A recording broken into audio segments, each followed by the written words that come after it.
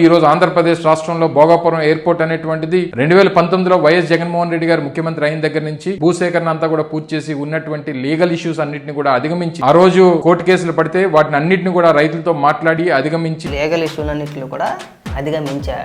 కోర్టులో కేసులు వేసిందే మీరు సవట. ఆ విషయం తెలుసా నీకు? పెద్ద సభలు పెట్టుకుని మనం కోర్టులో కేసులు వేసేద్దాం. అసలు ఎర్ర బస్సు కూడా రాని ప్రాంతానికి ఉన్న ఊరికి ఎయిర్పోర్ట్ ఎందుకు?